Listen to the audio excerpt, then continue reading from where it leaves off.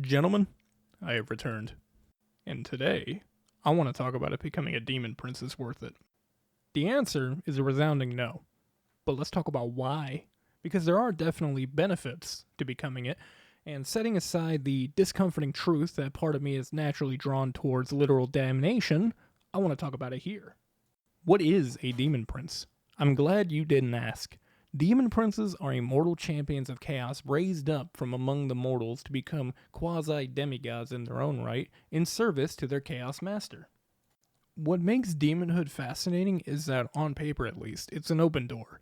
Anybody can become a demon prince, which makes chaos more fair than the Imperium. What I mean is, if you aren't born to the right family with perfect genetics, you will never be a space marine, much less a custodes. You won't be an inquisitor or governor. Put it this way, everybody watching this video would be one of three things: a factory worker, a servitor, or cannon fodder. Possibly all three in the same lifetime. But with chaos, it doesn't matter what family you were born to. It doesn't matter how old you are when you set out on your journey. You can become a demon prince. The chances of you succeeding are nigh zero, but it can happen. As for the consequences of failure, well, just don't fail, and you won't have to worry about that.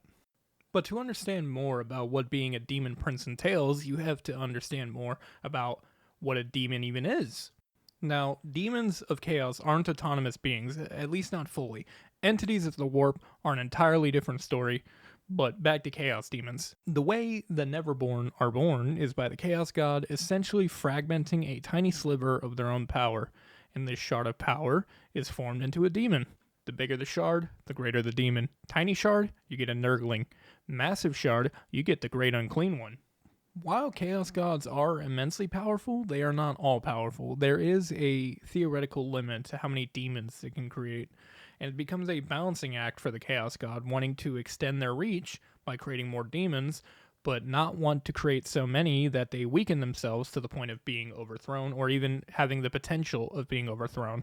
Now, a demon prince is what happens when a chaos god takes that shard and shoves it into a mortal. Trying to convince a greedy chaos god to part with a shard of their power and then infuse a mortal, who they all hate, with that shard, that is going to be a hard sell on the mortal's part. The way you make your sales pitch is by doing things your chosen patron likes, and I mean really doing it. You have to draw your god's gaze, which can be challenging, as even though they're always causing trouble in the material universe, that's usually a back burner project for them. Their main concern is in the great game against the other chaos gods. So for a mortal to draw a god's gaze away from the game onto them can be tricky. I would give you an example for Slaanesh, but I'd probably get banned off YouTube, so let's go with Nurgle. Nurgle likes disease and death. So if you make a plague that gets an entire city sick, lasts for months, hundreds of thousands die, Papa Nurgle will be pleased. Usually. The chaos gods can be moody and unpredictable. But for the most part, they'll be pleased. Problem 2, though, is just because Nurgle is pleased, that doesn't mean he's going to give you a shot of his power. He might give you a few mutations because he thinks it's funny, but that's about it. You know, maybe the mutations will be too much for you to handle, and you will slowly devolve into a chaos spawn because your body, and more importantly, your soul, can't handle it, and Nurgle still thinks it's funny. Now, if you infect an entire world with a rapidly spreading plague so strong that even space marines are starting to drop, that's a different story. Nurgle, that would probably get his gaze. He would look over for a moment, and if your body and mind and soul are ready, bam, demonhood. I've been led to believe that the actual apotheosis is an unpleasant experience. In the Fall of Cadia, it's basically described as having a last moment of ultimate regret before having your demon soul rip apart from your mortal soul as it consumes it. After which, you are no longer human in any sense. You're a demon who will do demon things, which is seeking more glory and more of your god's favor. Demon princes fall into their own unique category when talking about the demon hierarchy. In general, the average prince is seen as a bit lower than the average greater demon, but that is by no means an absolute. It really depends on the individual prince and how much their patron favors them. If they're a favored prince, they may be beyond most greater demons and in command of them and have their own fortress and their own god's realm. Or they might just be a mid-prince and they're just a lieutenant to a greater demon. It really depends. What is an absolute, though, is that no other demons, even the lesser ones, respect demon princes. They believe they are tainted from once being immortals, and they're kind of viewed as think of nobility bastards. So they have no place in the realm of chaos and no place in the materium, but they're also of noble birth, sort of.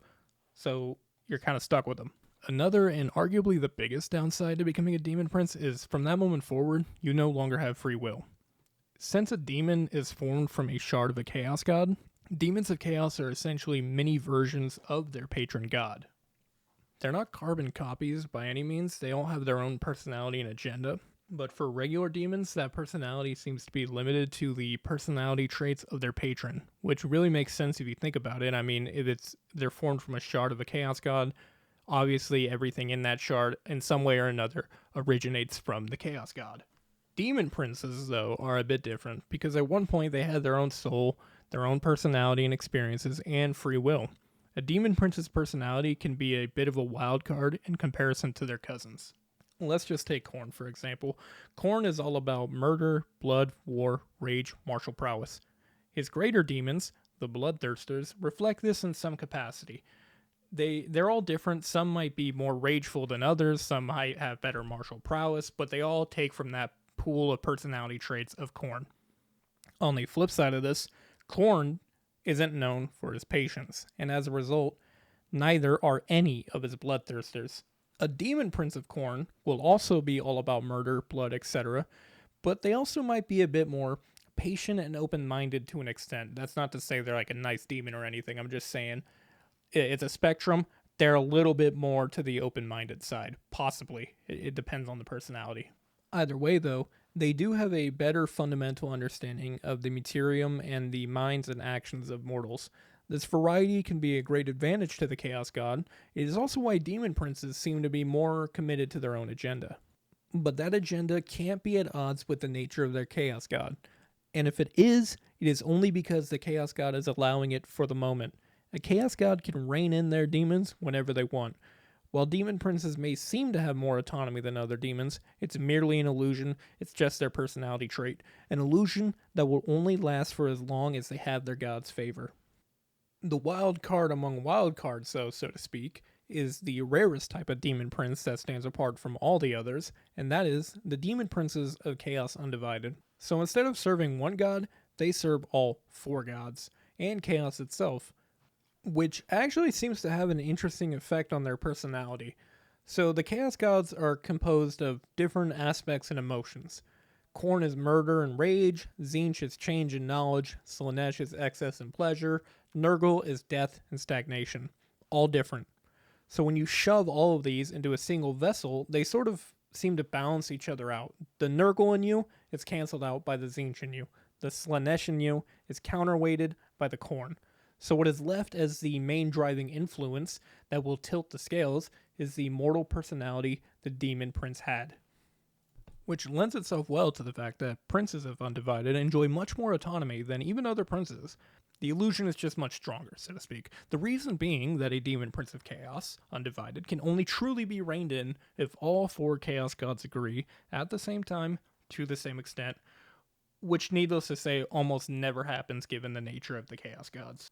Since they're all rivals of each other, even if you manage to piss off both Khorne and Tzeentch, and they want to punish you, they kind of can't because Slaanesh and Nurgle approve of you, even if it's just on the basis of further pissing off their rival.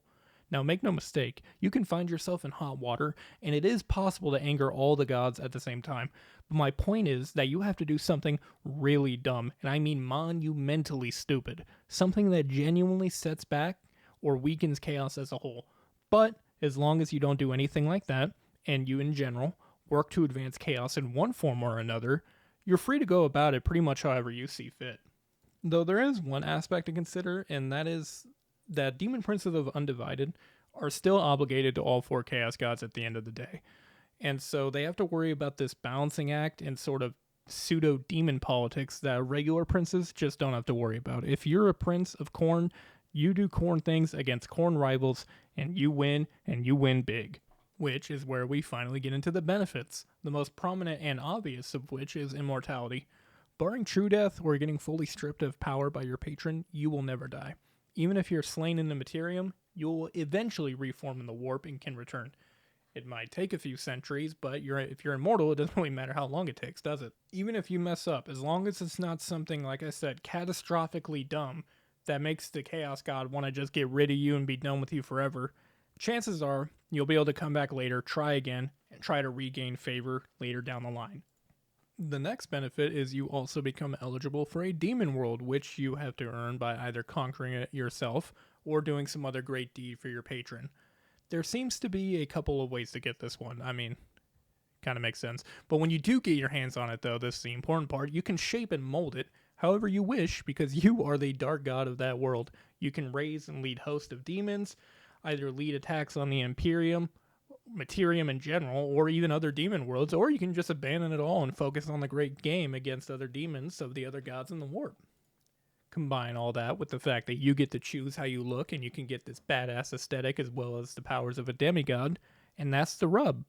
As for if it's worth it or not, that's a personal decision. One that requires you to put on your Redditor cap and become an intellectual who dabbles in philosophy.